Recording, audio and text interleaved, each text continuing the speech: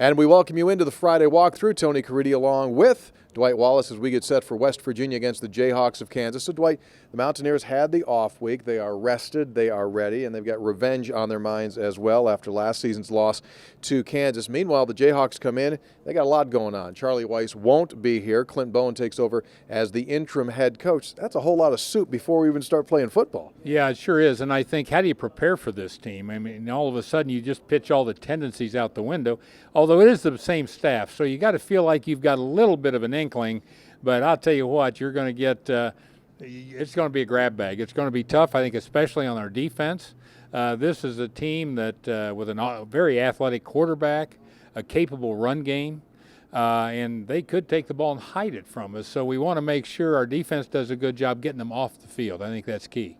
You take a look at West Virginia's offense, and the big matchup to watch for is going to be really Mario Alford, Kevin White, the outside receivers against Kansas's corners. Last year, they were able to hold those receivers without allowing them to get into their routes. That led to big problems, and Dana Holgerson says that's object number one. Those players have got to beat man-on-man coverage. Yeah, no question. I think offensively, we've got to look to that matchup, those matchups, I should say, in that we've got some better skill, but I'm going to tell you, this Kansas team is they're solid. They're not a bunch of puds. This is a good football team coming in. They're well coached defensively. They're well coached offensively. So we're going to have to play, but I think if we can take advantage of those matchups, we do have some advantage in the skill end, I think. Overall, last question here for you. What's a off week do for a team as far as re-energizing? Because this seemed to come at an absolute perfect time. 4 games in, you get a break. I would think they'll be bouncy, don't you? I would think.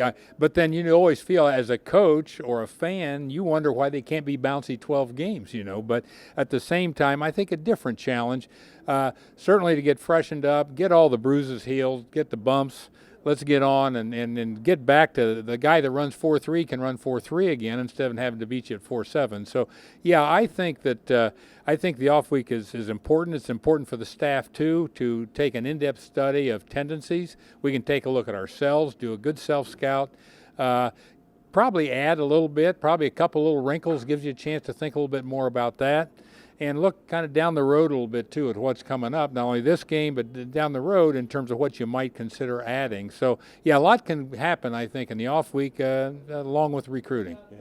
Should be fun. Kickoff is set for 4 o'clock. We'll have complete coverage on the Mountaineer Sports Network on the radio side. For Dwight Wallace, I'm Tony Caridi, and this has been the Friday Walkthrough.